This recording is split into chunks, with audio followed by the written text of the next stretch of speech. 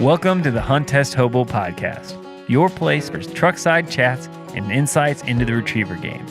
Whether you're just getting started or you're a seasoned handler, this podcast is another resource for tips, tricks, and insights from both the amateurs and professional trainers' perspectives. Each week, we'll dive into the nitty-gritty of retriever training, sharing stories of success, overcoming challenges, and forging stronger bonds with our dogs. This is the Hunt Test Hobo Podcast. I'm Chris Rudd, your host, fellow retriever enthusiast, and student of the game. Let's dive in. Welcome to another episode of the Hunt Test Hobo Podcast. I've had a very long day, but I am super excited to talk with my buddy, Zac Patrick. Zac and I go way back to my first spring grand ever ran together. So Zac's on the show today. Zac, welcome. Yeah, thanks, buddy. Yeah, that was down in Mississippi. Yep. When I first met you down there. Gator Point. Is it Misty? What's her name? Selensky. No, Okay. I butchered it. I forget her name. Yeah. But Gator Point Kennels down there, great grounds. They had like the most HRC like little water setup. That little setup was awesome. Yeah, a lot of junk in there, points. I mean, that little section it got us ready. Yeah, that was a really nice little spot there. But before we get too deep in the podcast, I want to thank our sponsor, Purina Pro Plan. It's what I feed all my dogs, and Zac also feeds that. So y'all should check it out. If you haven't used it already, check it out. I actually house sat for some friends of mine. Now this is my sister, her dog, and then I house sat for my friend's dog, and then I house sat for another friend's dog, and they were all feeding a certain dog food that will not be named. It comes from a very big box store. And I'll tell you what, I just kept, like, they're like, here, this dog eats 6 to 7 cups of food. I was like, what? And so I did. I fed them and You were told. I did what I was told. And they still look thin. And then on top of that, I built this nice little airing yard, and it was very obvious between the nice, solid Purina propane poop and this other brand of stuff. Yeah. And I was like, dude, this last dog left a pile of poop. Like I can't even describe to you how big right that through was. them, right? And I was like, from it. I was like, this can't be good for this dog, because she had so much food she was eating. And I was like, there's no way that in the long run this is cheaper. Right. There's no way. Like they're like, I'm doing 3.5 to 4 cups with my adult dogs. And, mine are females mostly. So right. I'm doing, most of the little guys and the females, it's like 3 cups. And Jett, I've just been rolling about 4 cups. Yeah. That's great. It's not cheap food. It's quality, good food. Right. But man, I was just like, that was like my own little, like, it was an unintentional experiment. And I was like, there's like a very noticeable difference. I know exactly what you're talking about. Yeah. So, but I am excited because they are building one of those stores like 5 minutes from my house. Like not even 5 minutes, like 2 minutes from my house. And my brother-in-law is actually the civil engineer for it, giving me all the dates of like, we're on schedule. Yeah. We're doing all this. So I'm like, heck yeah, man, I'm going to get a big old, I'm going to get a big old Costco membership finally. And I'm going to be buying like all kinds of it, all kinds of meat. Cause like, Dan had a Costco membership and he gave me the card to go buy food for pre-grand training one year. Right. And I was like, dang, I can buy so much food for so cheap. 10 times cheaper, right? And, yeah, so I'm pretty excited. We have a Costco around here, but Sam's Club does a trick for us. Yeah, Sam's Club is a very, very similar thing. Yep. Well, Zac, welcome. And for those that are wondering, Zac is spelled Z-A-K. There is no H or K, depending on what way you did. Did you drop that H, or was that like your mom did that? Yeah, I dropped that H. I don't know. It was like in 2nd or 3rd grade. They made us write our names like 100 times for whatever reason. And true story. And 100 times. And I'm like, you know what? It'd be faster if I just dropped this H. It was just Z-A-C. Just Z-A-C forever. That's good, man. So tell everybody, where are you located? I am from Sandusky, Ohio. Born and raised. It's right in between Toledo and Cleveland, just smack dab in the middle, right up on Lake Erie, Sandusky Bay area. I mean, it's probably about a half mile as a crow flies to the bay for me. So you hunt a lot of like sea ducks off of the big river or the big lake, right? No sea ducks. We get some I guess some stragglers coming in. We see more and more getting shot every year on the lake. You'll get some immature like old squaw and some like common scouters and stuff like that. But mostly it's diver ducks. And then growing up, it was my dad and I, and sometimes my brother would come along. But there's a lot of marsh hunting. There's a lot of marshes in between Sandusky and Toledo going west towards Michigan, and a lot of big money duck clubs, and that was just what we did. We had smaller boats. We would get on the lake with friends. But yeah, man, my whole life, I mean, been duck hunting, and we've had duck dogs from the time I was born. But yeah, I mean, literally from as early as I can remember, I was taken along with my dad, 5 years old, trickling out in the marsh, and then by the time I was 10, had a gun in my hand, got addicted, and that's what we did every fall, man. It was just, we would tackle it, and we had dogs the whole time. And, growing up, we had Goldens, a couple Chessies, a lab when I was first born. So I got a little bit of everything growing up in the retriever world, and I got a little bit, I learned a little bit from each one of them, and it's really, I mean, it's made me who I am today, just each and every single one. Yeah. So those that don't know, like Jett and Winter kind of came up the ranks, I'd say, kind of at the same time. Like I think we followed kind of the same path. They're around the same age, but Jett has been very accomplished as well. He's out of, why am I blanking on Eric's dog's name? Wake. Yep. Wake, who's produced quite a few really, really solid, good old yellow dogs. I always tell people, I have no idea if there's any truth to this, what I'm about to say, but because it's not probably accurate. But I've just noticed a lot of the Hammer and Hank dogs, they do really good with the second generation after Hammer and Hank. Yeah. You get a lot of really good ones that come straight out of Hank, but I think like a lot of really good second generation dogs. Yeah, I mean, and then Wake too, man. He's produced some good ones, like you said. I mean, Wake's a freak, man. That dog is a freak. He's a hammer, man. I've really I haven't seen personally any dog that's marked better than him. I mean, It doesn't matter. Throw some bombs and he goes and gets them. So the other thing that Zach's dog, Jett, wins the award for is the most beautiful man dog that there is. I mean, if you guys all wanted to see like the best looking yellow male that exists, it is Jett. Like I remember, he gets a lot of compliments, man. I appreciate that. The first time I saw Jett, I was like, dude, that is he. You know what he is? He's like Legolas. He's like this beautiful angel male dog that can kill you with an arrow. He's smooth, man. I know. I just picture him like with a backwards hat sometimes. Like when he. So you got a different view. Yeah, I just picture him with like a backwards hat, just like, what's up, man? Like, I don't know. He looks like a kid to me. I get that compliment a lot. Yeah, he's gorgeous. So if you guys, I mean, and I'll spill the beans a little bit on the podcast, but he's got how many Grand Passes now? 4. Yeah, 4 Grand Passes. He's got all his points. He's in the HRC Hall of Fame. Really, really solid dog. And I know that you're, he is available for studs. So if you're looking for the looks that also got the brains, Jett could possibly be a great HRC stud dog for you all. And today's his birthday. Yeah, he turned 6. 6. 6, yeah. I knew he's a little bit older than Winter, but yeah. Yeah. Very, very cool.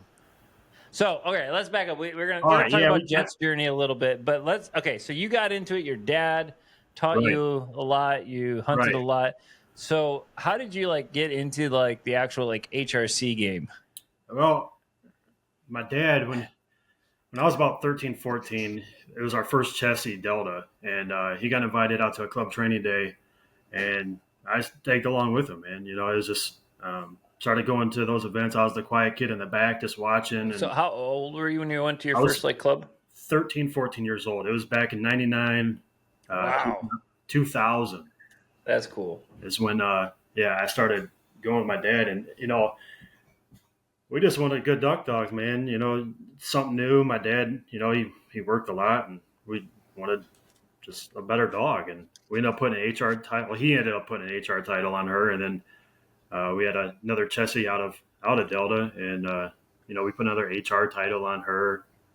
And by about that time is when I went to college. But that's how I kind of got into that. And then, in high school too, my dad would run these upland competitions over. They're called Hunters Trials over by Cleveland. And there's Never heard about of them.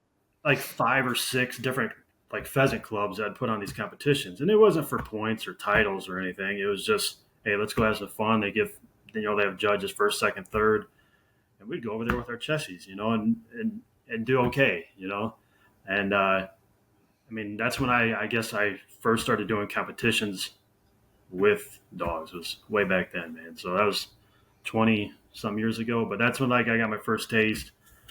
And then college kind of happened, but I knew once I got out of school that, hey, I'm gonna get a duck dog. I'm gonna get a dog once I get out of school and get my own place. And I knew exactly what I wanted to do. That's awesome.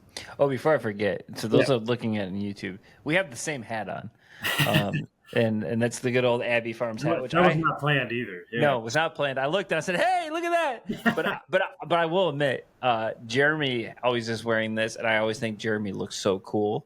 So when Joby offered me a hat, I was like, "Please give me that hat." Yeah, same here, man. I'm like, yeah, I'll take it, Joey.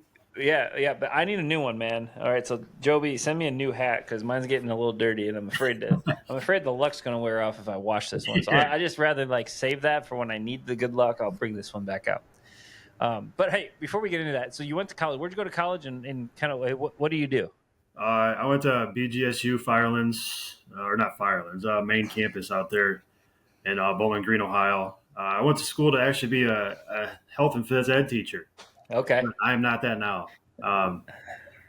I work for Pittsburgh Paints and Glass, PPG. Oh, yeah. I've been out there 15 years and train dogs on the side, man. Yeah. So you're like the amateur that is a pro at the same time. Because how many pro dogs do you have right now?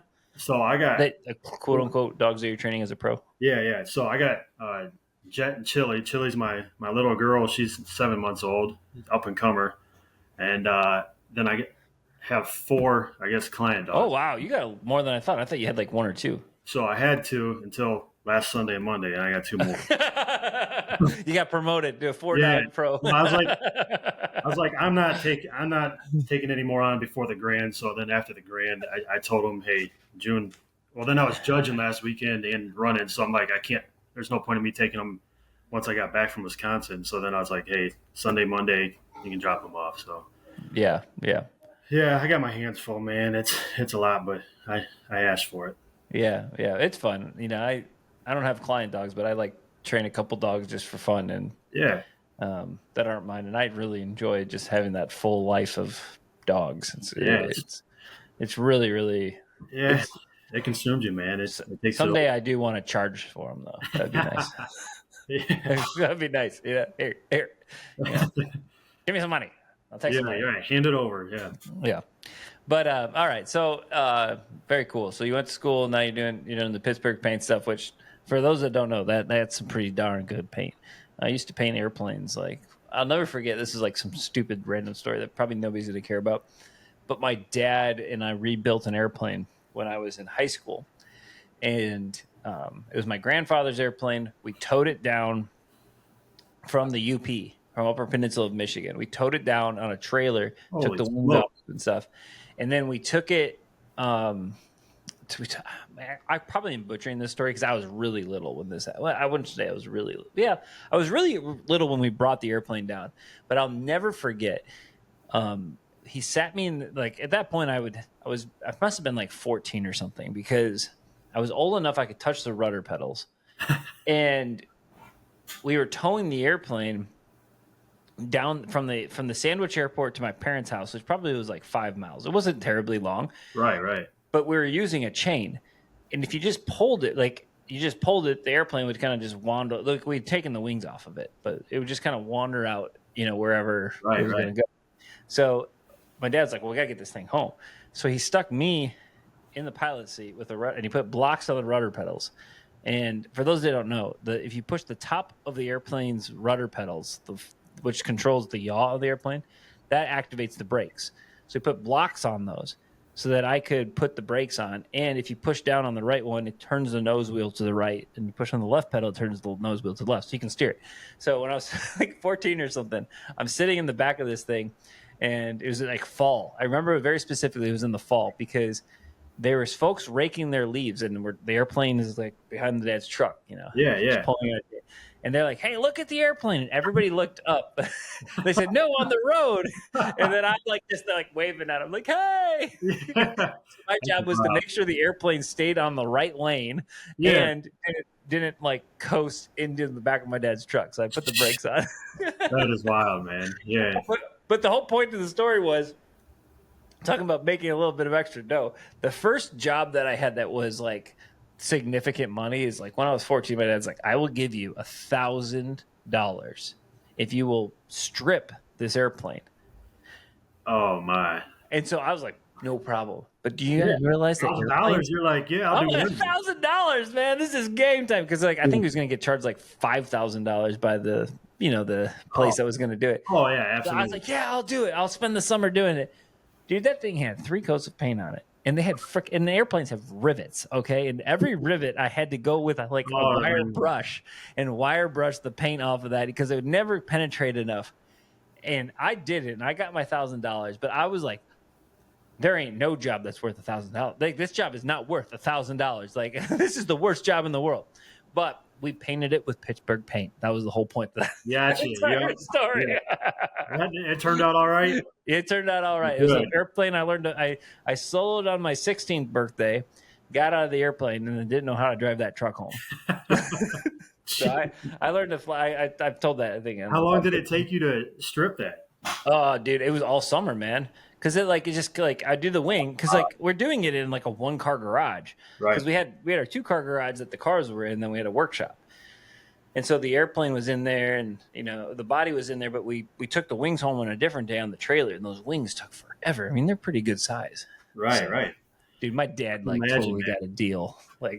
Slave labor, man. Right.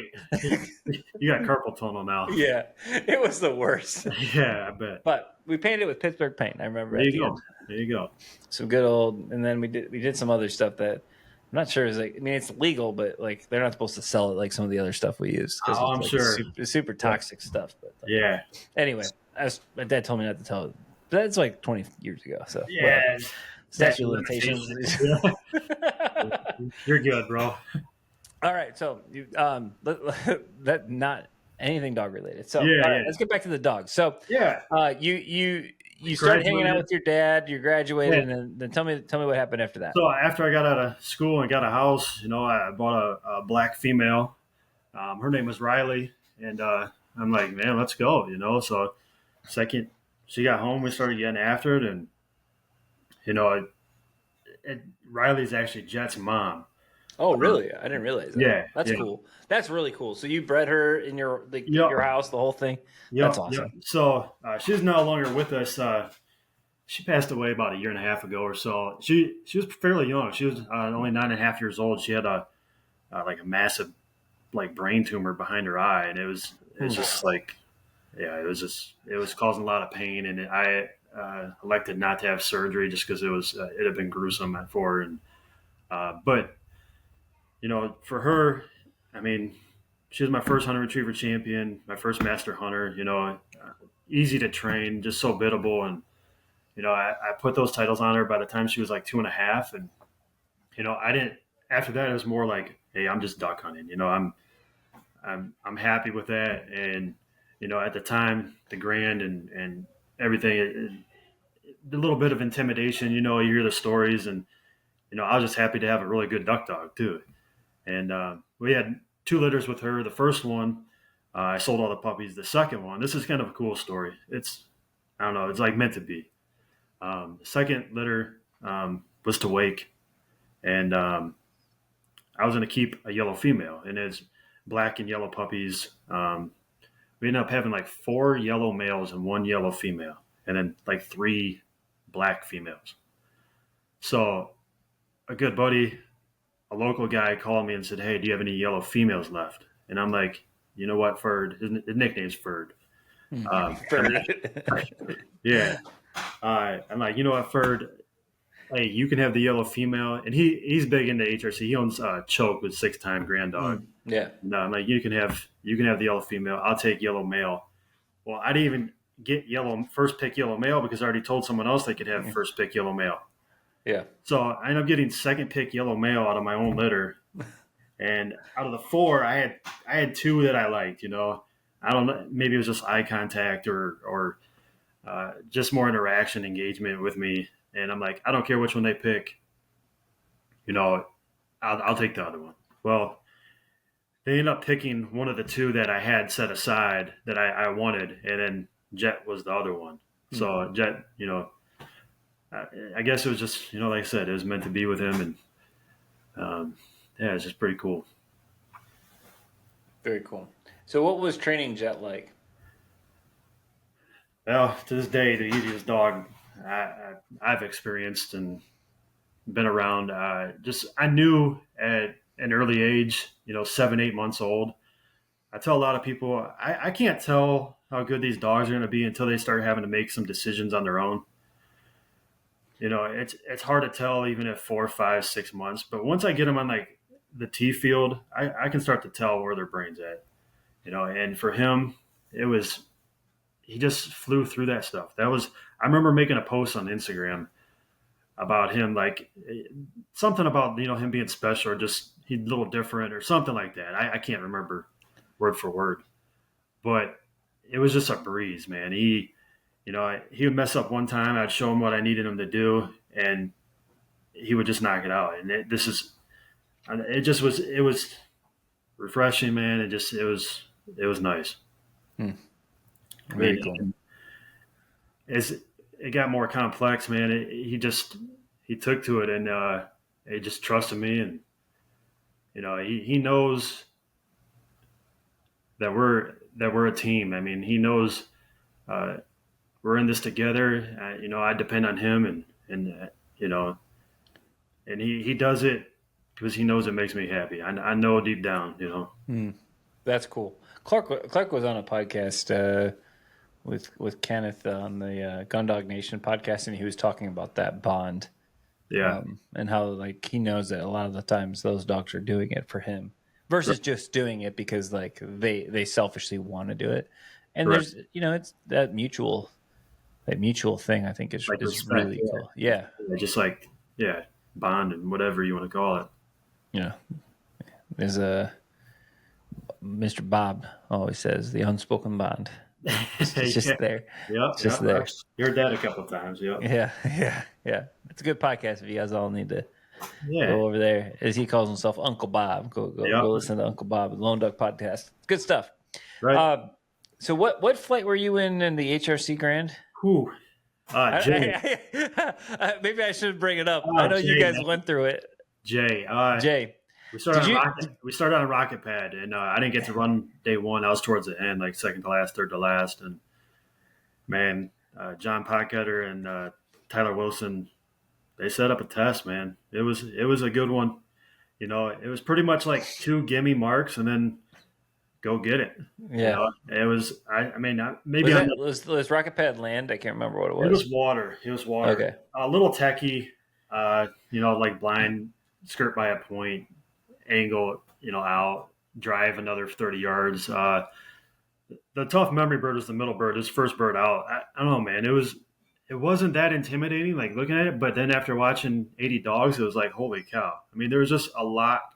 I think there's a lot going on out there once they got through the water. They had to kind of clip a point, dig out another, you know, 5 yards, and then they had about 70 yards to get back to the bird.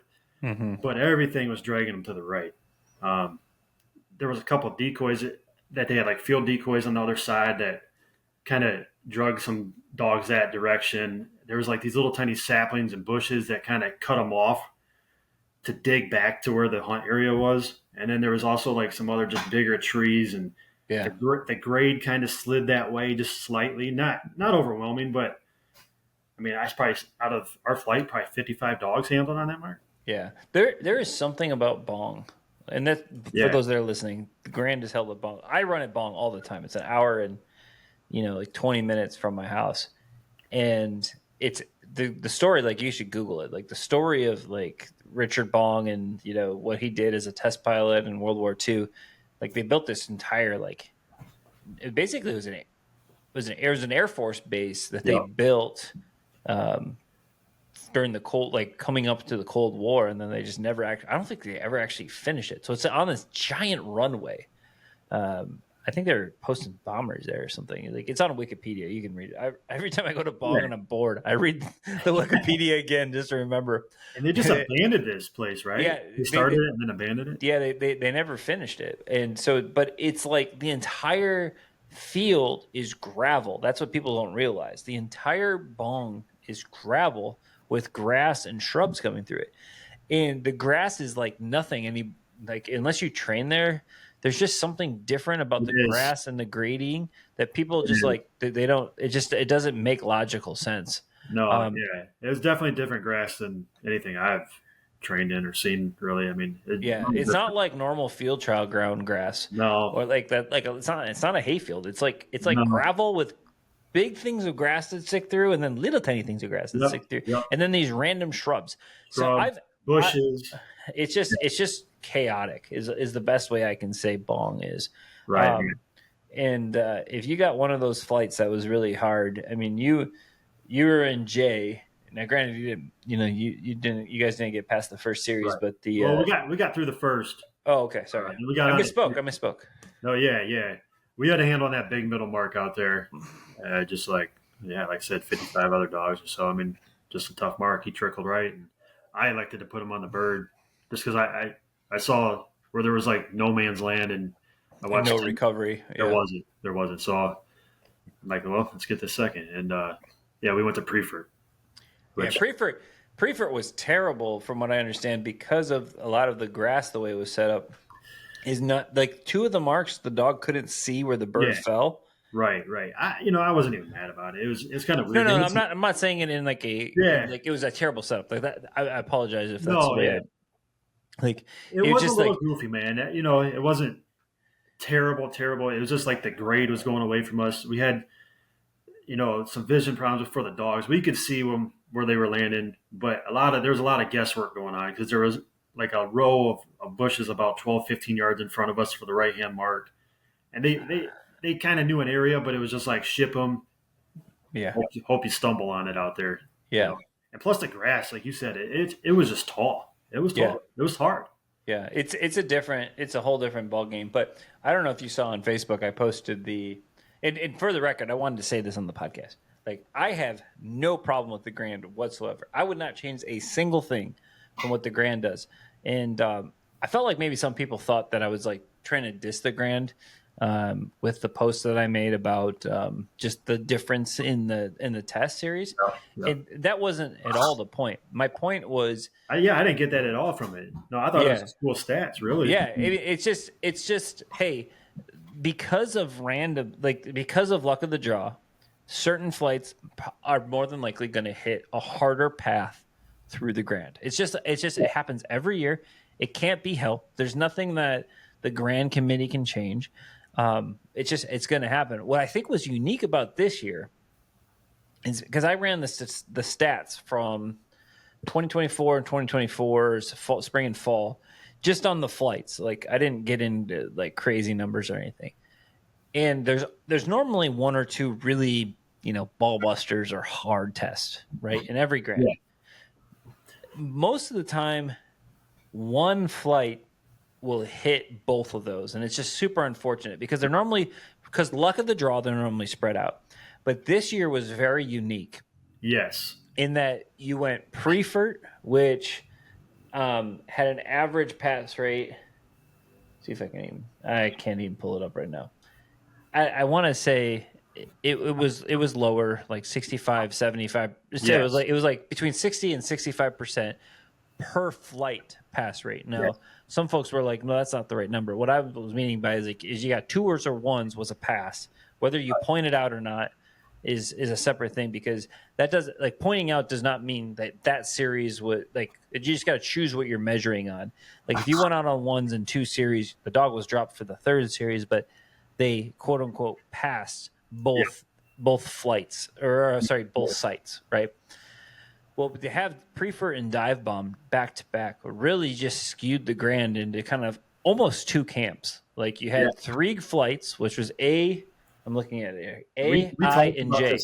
We talked about this, the days we were there and after. I mean, it was just like it was 2 camps. Yep. Yeah, you kind of went through 2 grands, which is fine. That's the way that the Grand is. It's just completely random. So A, I, and J hit Prefer. Either you started on Prefer, like Dan and Tyler started on it as A. They started at Prefer, and they worked their Grand got easier as they went. Yeah. Versus Dive Bomb. And then they went to Dive Bomb. Then they went to Dive Bomb. Versus like J. They ended with Prefer and Dive Bomb, and you just look at the numbers, and it was 2 different levels of difficulty for the pass, which I've had hard grands and I've had easy grands, and that's just the way it goes. And for those that are listening that may be wondering, like, why is that such a big deal? Well, the grand, you can't make a mistake, or you can make one mistake. You make one mistake versus. Mistake. And a small mistake, like Zach said, you make one small mistake, and so when you have those back to back like that, it just really because you can't make up any ground, and you can just get just pounded.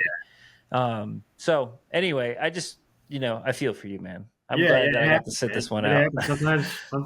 Sometimes you get the good draw, and sometimes you don't. And it just was unfortunate. Like, they don't know that these are good. I'm sure if they could, they would have went every other, but they don't know that these are going to be the hardest sites, No, they try to make it even as much as they can. They look at the judges at the test, and then the flights are randomly drawn. It is what it is, and you just have to deal with it. I just thought that was interesting to statistics, and that's all I was sharing for. I'll keep doing it because I think it's interesting, and I'm glad I wasn't running, because I just was like, there's no bias here. I didn't run it. I'm just telling you what the numbers say. Yeah, but it's good that people are doing that too. It's good that you're figuring that out and people can see it, and just have a better understanding of what we're looking at, Yeah, because passing the Grand or not passing the Grand, anytime you pass the Grand, it doesn't matter what level of difficulty it is. It means a lot. Like, that green ribbon means a lot. But sometimes if you hit 2 ball busters, you just got to be like, crap happens. Hey. And for the dogs that made it through, extra pup cups. Yeah, I mean, you can't beat yourself up over it. I mean, you're upset for a few days, and you got to get back to it, man. They're dogs; they're not going to be perfect. Every dog's going to fail a Grand. I mean, Yep. Okay, so let's transition into, you went on a trip of a lifetime. Yeah. So tell me a little bit about this trip. Went out to Adak, Alaska. This was with your dad and you? Okay. Yeah. Cool. Yep. We put in, it was through our taxidermist, Fallen Feathers Studios out in Oregon, Ohio. We saw some birds there, and we're like, man, where the heck did you get those? And he's like, dude, Alaska, man. You got to put in for this Emperor Goose tag. So for people that don't know, the only place you can hunt them is in Alaska, and they only give out 25 non-resident permits a year. 25 across the entire country. The world. 25. Yeah, and then they give 1,000 out to the residents of Alaska. Wow. So how many birds is that permit? 1? It's 1 bird. You get 1 bird. The population of them is only 80,000, so that's why. Okay, but makes sense. They're having a huge problem. It's actually in our lifetime, we may never get an opportunity to ever shoot an emperor goose ever again, because they ended the season. The numbers dipped. The natives, I guess. You're the last Ohioan. There was possibly. I think there was one more season. This actually past duck season was the last one, but they didn't have it on the slip this year to actually put in for it. Okay, you're the last HRC guy from Ohio to shoot an emperor goose. Possibly. Yeah, you're right. So it was only our second year put in for this, and my dad and I party applied. Okay. I was at work, and I started getting messages from these outfitters, hey, congratulations, come shoot an emperor goose with us. We're like, what? Like we actually got drawn. So that was that was February. We found out February uh, of 23, I believe, and then we were there over New Year's. So we went up there, man, and we went through Aleutian Outfitters with Corey Hendren and Ben Morgan, who's actually from Ohio. Corey's from Indiana, and then just a couple other like guys, Jake Roberts and Addison McCown. Man, great group of people, and just a great experience. I mean, for people that don't know, ADAC's out in the Aleutian Islands. So we went from Detroit to Seattle to Anchorage, and then from Anchorage out to ADAC. Yeah. And it was just wild, man. Just Bering Sea and Pacific Ocean, and just a really just fun trip for my dad and I. And that first day, man, we got right to it. Those guys that actually own the outfitter, they got in a little late because they had bad weather. It only flies out to the island twice a week, Wednesdays. So you're on an Aleutian Island? Yep. Okay, so fun fact. Aleutian Islands was the only American territory that we actually lost during World War II. So during the battle, random fact. Okay, so during the Battle of Midway, so after Pearl Harbor, we were reading the Japanese Naval Code at that point, and we knew that they were going to do a feint attack on the Aleutian Islands. And so they went and captured the Aleutian Islands. We had like 25 people there. But anyway, it was probably more. But yeah, they attacked the Aleutian Islands and they conquered the Aleutian Islands. But we were waiting for them to attack Midway because we knew that they were coming to Midway. And that was the turning point of the Pacific Theater. But I think Alaska was a territory at that point. I don't think at that point it was considered one of the 50 states. But still, that was the only territory that was conquered and actually occupied by a foreign country, which was, or before the Philippines. After the Philippines. That is actually, sorry, I said that I didn't say that wrong. That's the sequence that happened. They took over the Philippines, but the Philippines remained a territory. It was the only one of the major 50, like our only state that became a 50 state that was occupied during World War II. Pretty neat, man. History lessons with Chris Run. Yeah. I do spend a lot of time on YouTube watching history. But anyway, so you're up in Alaska. You're crushing it. You're getting ready to shoot this once in a lifetime bird. Keep going. Yeah, first day out, man. Well, those guys got in late. Their flights got canceled Wednesday, Thursday, so then they postponed the flight all the way to Sunday. So wow. So they flew in on the same plane we did. So when they get over there, they're scrambling to get boats ready. Every decoys have a game plan for the next day. They couldn't scout. Yeah, man, that's got to be the worst feeling as an outfitter, not to be able to scout. But I tell you what, man, those guys Corey knows that island and that area like the back of his hand because he's been out there 20-some years, Wow. And, man, we went out there. I'm not going to give up their spots or where we were exactly because there's some competition out there, but we were out on the big water, and we got it done. My dad and I got it done the first day, and it was crazy, man. We at first, the first hour went by. We got up. We didn't even leave the dock until sunrise, and I'm like, our typical hunting. That's like time. I'm like, what are we doing? But like, oh, it'll be all right. We'll be all right. You get out there. So we made the trip around the island and got set up, and we're sitting there, and it's just crickets. And then like we're gonna be the first ones to never. They've had 100% success rate shooting these emperors through that outfitter. So, and we're just it better not be us, man. We can't. So we're just sitting there, and man, there was literally 50 of these things on a string coming at us, and my dad, our guide Ben, and myself, we didn't see these things till we could see for half a mile in either direction. We didn't see these things because they blend in so well until they were like 200 yards away, 50 of them. And they come in, we couldn't even shoot. You're allowed one. If you shoot more, you're in deep shit. They came in, they were stacked so tight. I pulled up. If I would have pulled the trigger, I would have dropped 3 or 4. So literally, we didn't ball of teal. Yeah, dude, we didn't shoot. We just had 50 inside 40 yards. We couldn't shoot, and Wow. I mean, it was just you had to be disciplined. I mean, Ben, those guys made a point: do not shoot more than one. You know, but the second flock came in, and so like 15 minutes later, it was like 20 of them. Some peeled off to my side, and you're looking for a mature bird. The immature ones have a lot of black in their head, just a little bit smaller. You want the ones with a big white head on them.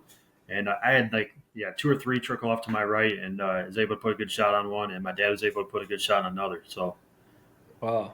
What else did you hunt after that? So, okay, what would you? Obviously, you got it mounted and everything. Right? Yeah, yep. Yeah.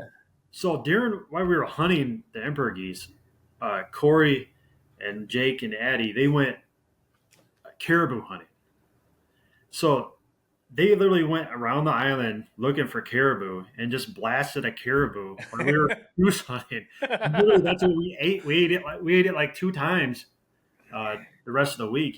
We processed it. And does it taste like just regular venison, or is it? It was good. It was good. It tasted a lot like deer. Yeah, venison. Yeah. But we shot our emperor geese. We loaded up. We went and Ben and I drug the caribou off the mountain, threw it into the little Zodiac, threw it back in the big boat, and then we went set up for harlequin. And we shot our harlequin. You're allowed 4 harlequin for the year. For the year? So they're like buffalo head, man. They're not very smart. And there was enough of them. We got them in like an hour probably. So, and then I think we shot, that same day I shot a Pacific eider. So that was pretty neat. But the weather was starting to turn, and we got the heck out of there, man. It was a little choppy going back in on that day one. But just a crazy hunt, man. We got that's day one. You shot 5 birds that you've never even seen before. Yeah. Probably. We shot a ptarmigan out there too, caribou. It was just like, hey, just go shoot these things. What's a ptarmigan? They're like a little partridge, like a little. Oh yeah. I've seen them on like the Survivor shows that they have on like Discovery and stuff. Yeah. They're like, they can be white birds, right? Like they were all white because it was so like we were there January 1st. Yeah. Dang, how cold is it in Alaska on January 1st? So it doesn't get that cold out there, man. Like because the ocean keeps it that temp. Yeah. Like their snow that they get, it doesn't last very long. It lasts like a day or two. It's so neutral because the Pacific Ocean, and then yeah.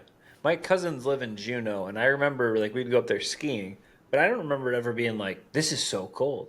Yeah. But I bet you if you get to the mainland, like into Canada almost, or Anchorage is pretty far inland, right? Yeah, it's brutal. That's cold. Yeah, I bet you that's got to be really cold. Yeah. So if you're listening in Alaska, tell me how cold it is up there. Really cold. Really cold. Yeah. Anyway, keep going. Yeah, we hunted 6 days out there, so we had a lot of other opportunities.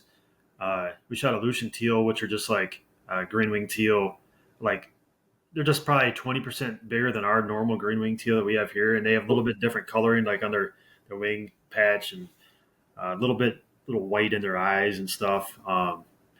We all shot. There was another guy on the trip.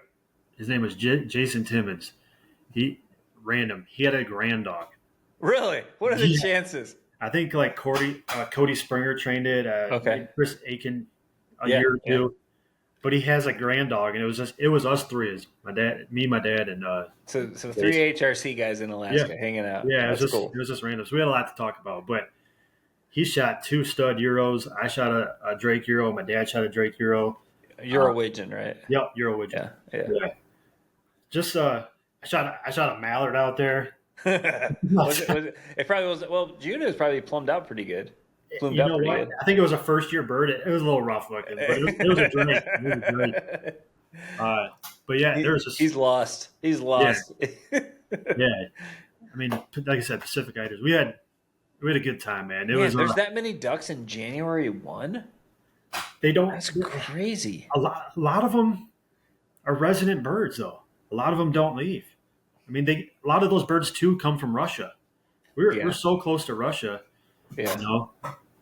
And the Aleutians, just so people know, they're the little thing that sticks out of Alaska.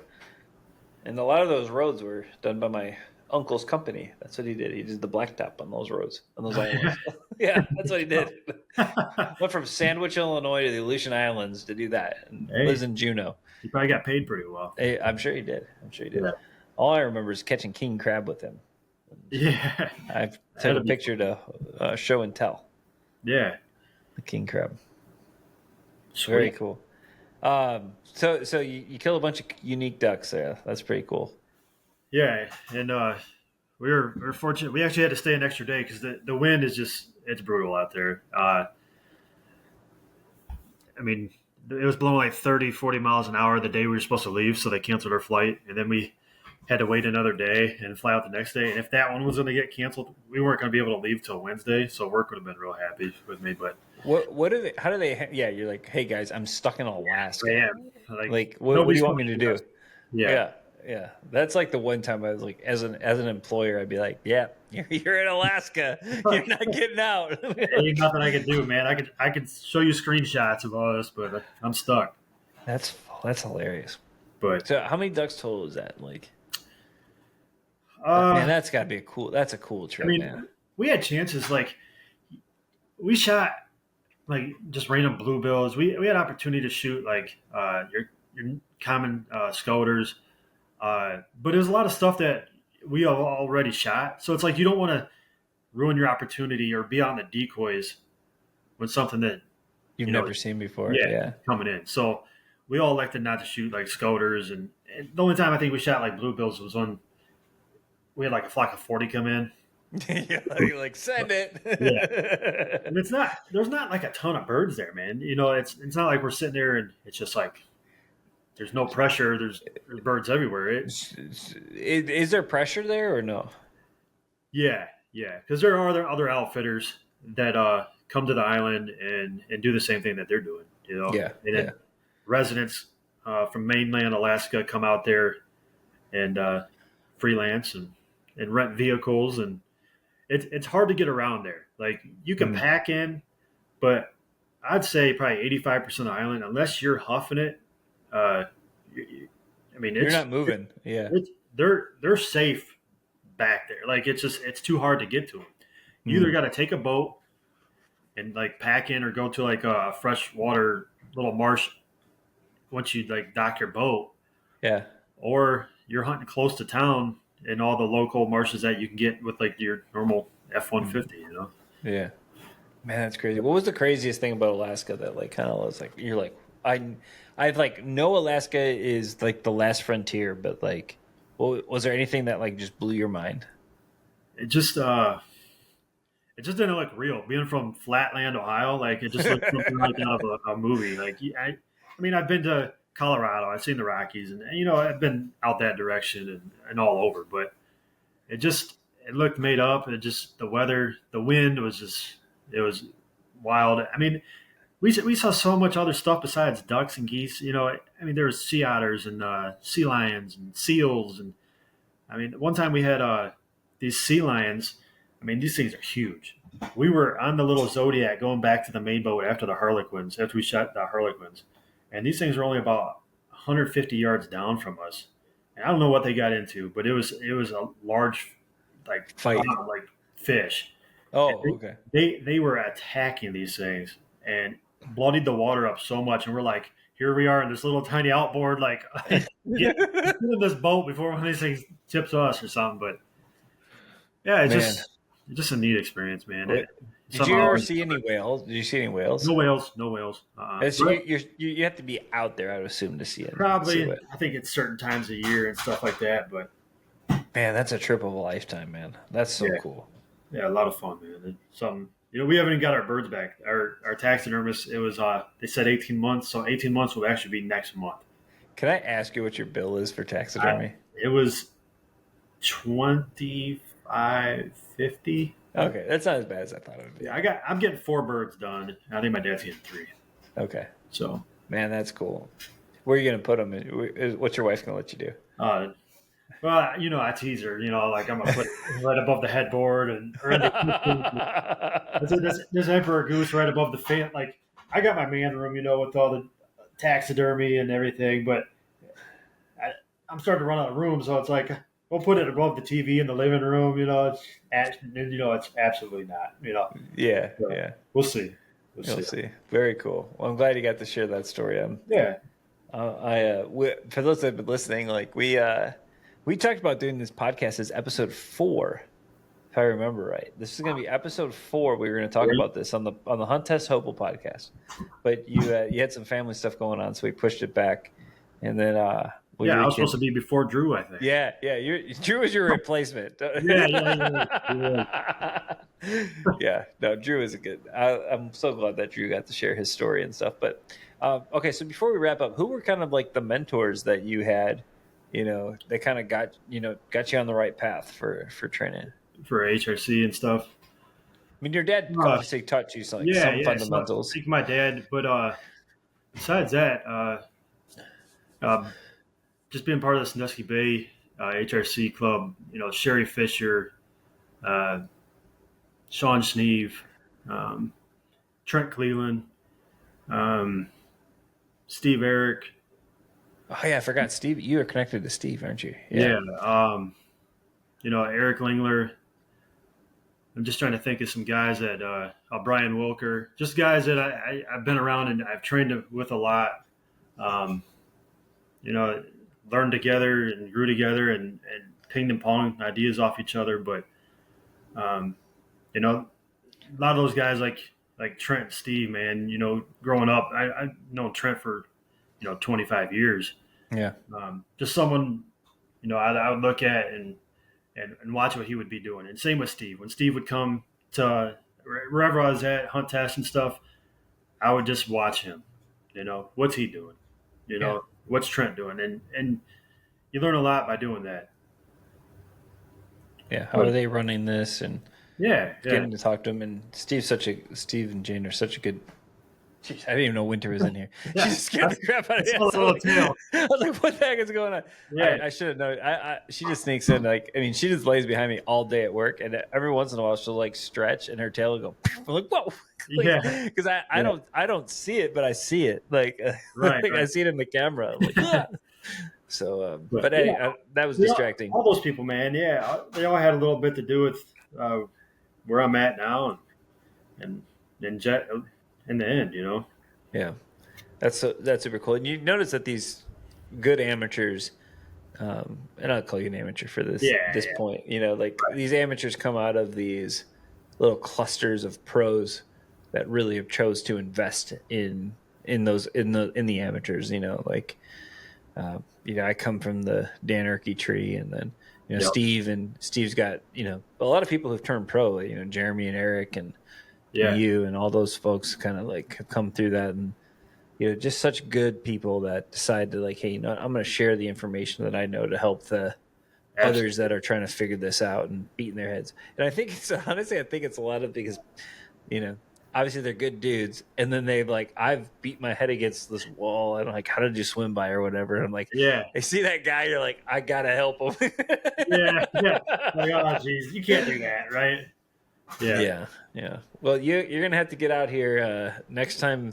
I was bummed I wasn't at Whistle all the time. I went for just one day. You got to remember to sign up for the Grand this time. Yeah, well, she came into heat, so it didn't matter. Yeah. But that's how I keep telling myself. Right, you saved yourself $75. Everybody says that. That's the first thing that comes into people who've registered for the Grand. I don't even have to preemptively say that. I'd be like, but she came into heat anyway. You actually saved money, didn't you? I'm like, yeah, I did. I'm like, you knew it was coming. Everybody is all about that. So, anyway, that's because they charge $75 for the processing, folks, and that's a just and good cause, or good charge. I'm not batting down the charge, but I did save myself that charge. Yep, all the leg work. Yep. So they do a good job. If you scratch the morning of it, they give you the other money back. So. Anyway, I think don't quote me on that, but it happened to me once, so I'm just saying that. So. Right. I'm gonna have somebody from the I've Grand been Committee like, Chris, you're spelling wrong information here. You're causing us problems. I'm like, I'm sorry. Yeah, and you guys with the females, man, it's a little rougher. It's a little bit more nerve wracking and just having to worry about that, you know. Yeah. I'm like, whatever.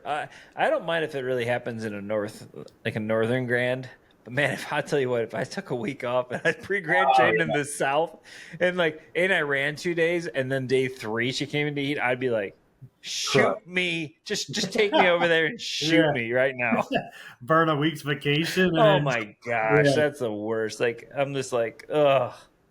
I can't. I'm gonna do this 4th litter with Winter, and I'm gonna get her spayed and be like, she's a male. I'm like, let's just go. I don't have to worry about that stress at all. Let's just keep running. Who are you breeding her to again? Are you breeding her to Stroker? Yeah, so we're doing one more Stroker breeding. Okay. That's the 3rd breeding, and then I'm gonna roll right into the 4th breeding. No kidding. And I read a study that's okay and fine, and it works great for me because I want to get her spayed. And then I want to just have a male dog. I don't have to worry about it. I don't have to worry about it. But I'm going to I'm going to end up with 3 young females here in the next probably year and a half. Okay. So I got one coming up that's on order. I got Autumn out of Stroker and her. Okay. She's doing great. She's how old's Autumn? I'm sorry? How old is Autumn? Autumn, I think she's like 7.5 months or so, but she's like right around Chile. That's Chile's yeah. Because remember, you were gonna get one from that litter, and I didn't have enough males or females. I can't remember what you were looking for. No, I was gonna get a male. Yeah, I only had one black male out of that litter, so you unfortunately got the bump. Yeah, I was number 3 or something. Yeah, and 5. I don't know. What'd you say? I was like number 5, or I was down quite a bit. You were down the list, but like I was still going to be able to get you one because Doug Weiss was going to get one, a male, and so he was the first pick male and only pick because I wasn't charged a stud fee. They were just going to take a dog. Yeah, and then he's had some health problems, so like 4 weeks down the road, he decided he didn't want it, and you had already picked that other breeding. So I was like, dude, I'm sorry, man, I can't. I mean, I offered it to you, and you're like, no. It's not going to work out. And so then I got it to one of Dan's clients. So it all worked out. That's not good. It all worked out. But so Autumn's pretty good, huh? Dude, she's a freak, man. She's I shouldn't say this because now she's going to start sucking. This might not age well. Yeah, this might not age well. I might be selling her, after this comment. But she's the best puppy I've ever had. Awesome. Like hands down. She's through Modified T, which is very similar to the double T. At 7.5 months old. She's through swim by. She can run cold blinds. She's marking out to about 110 yards relatively consistently.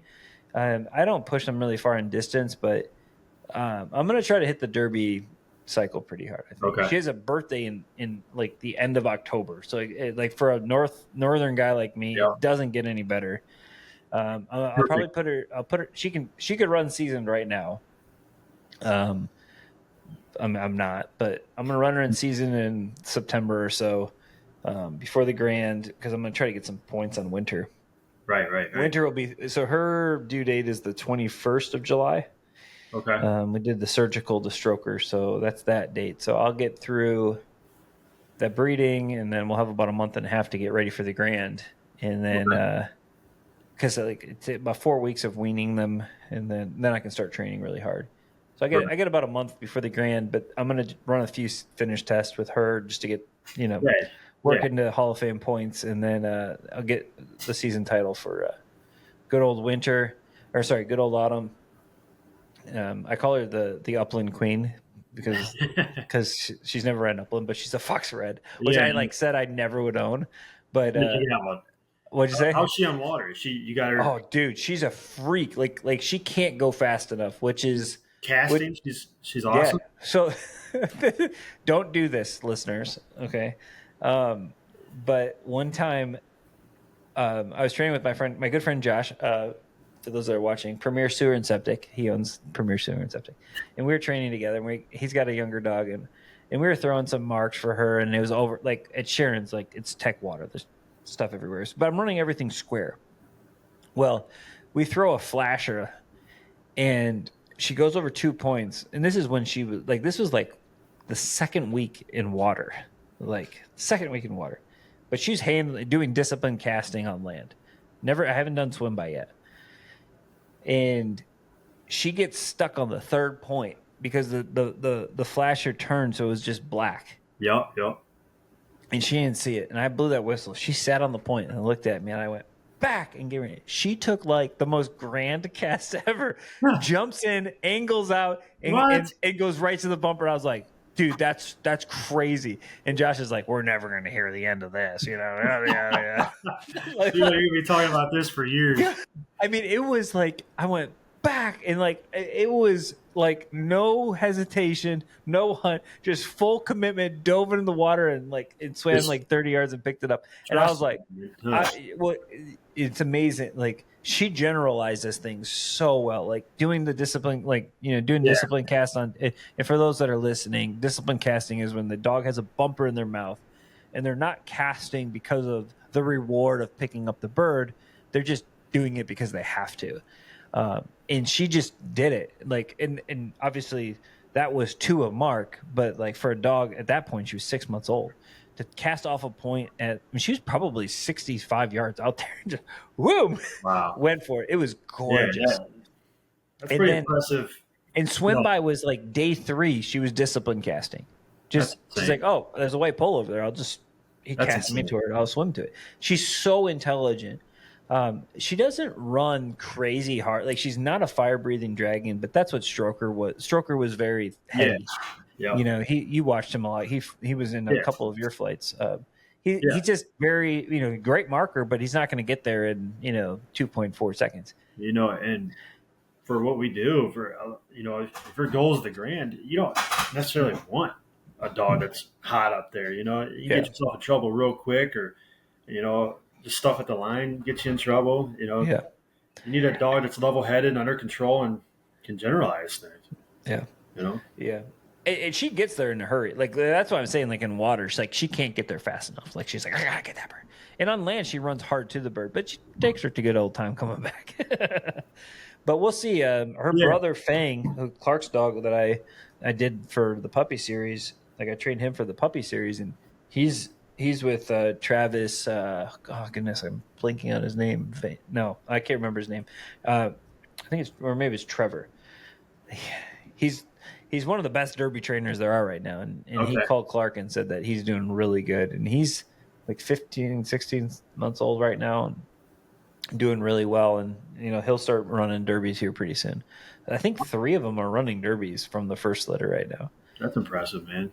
So, and that'd be interesting, man. They'll probably have some good careers right there. I'm hoping, man. I'm hoping. I think there's 4 titles from the first litter already, season titles. So, not bad for a bunch of young little whippersnappers.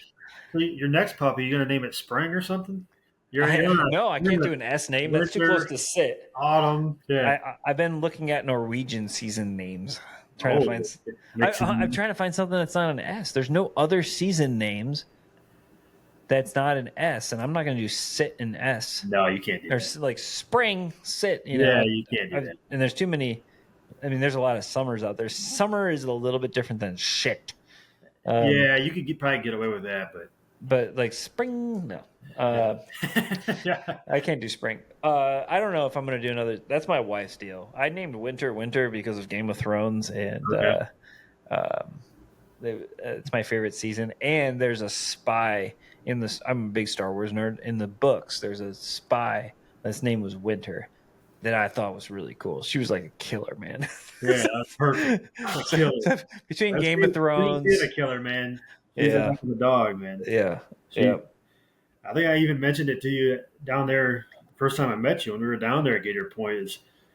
And she just moves different in the area. You can tell she's using her head, and she's just figuring out a mark. If she's not front footing it, she's like, okay, maybe it's over here. Nope, I'm going to check down. It's short. Like, you could just see those really good dogs figure that out. Yeah, they're not just running until they smell mallard. They're like, right. It's over here. Right. It is in this area. All right, I went too far. It can't be that way. And it's neat to watch them use their brains. Oh, that's my favorite part, is letting them figure it out. Yeah. All right, I'm gonna throw it here. They're not all like that, man. They're not all like that. Sometimes they just fly through the area and just keep on going. Keep on trying. Yep. Well, hey, we went late. I appreciate you jumping on here. I know your family's out of town, so this is probably the best time to do it. Yeah, it was for perfect. It was perfect timing. Thanks for having me on, man. I had a good time. Yeah, I love having cool people like you and awesome stories. I know we didn't get into a lot of tips and stuff, but man, I think every one of us wants to do that Alaskan trip and hear from another successful guy here in the HRC world, man. So, Zach, I know we're not too far from each other. It's like 7 or 8 hours, so we're gonna have to get you out here and train on some cool grounds. Get Tyler and Dan and I need to get out there and just run. I don't think I've ever ran an HRC test in Illinois. It's a little outside that window. There ain't much out here, so I know. You ran Kankakee though, right? Yeah. Kankakee's only like an hour and a half from Dan and them, so you'll have to. Yeah. We're gonna host an HRC test here at some point, so you'll have to come out for that one. For sure, man. We're gonna form a club, and it's gonna be like 5 of us because that's about it. That's around us. Give me those codes. I need those codes. I'll get you those codes. All right. Well, thanks for jumping on, and thanks to our sponsor, Purina Pro Plan, and our sponsor, the Hunt Test Guide. If you guys are looking for great stuff from Lyle and Clark, go on and check out the Hunt Test Guide. They have great courses on there, as well as their membership, where you get to see the setups that Clark and Lyle are running. So, once again, thanks for being on the Hunt Test Hobo Podcast, Zach. And tell Jett to shut it. Yeah, somebody pulled in.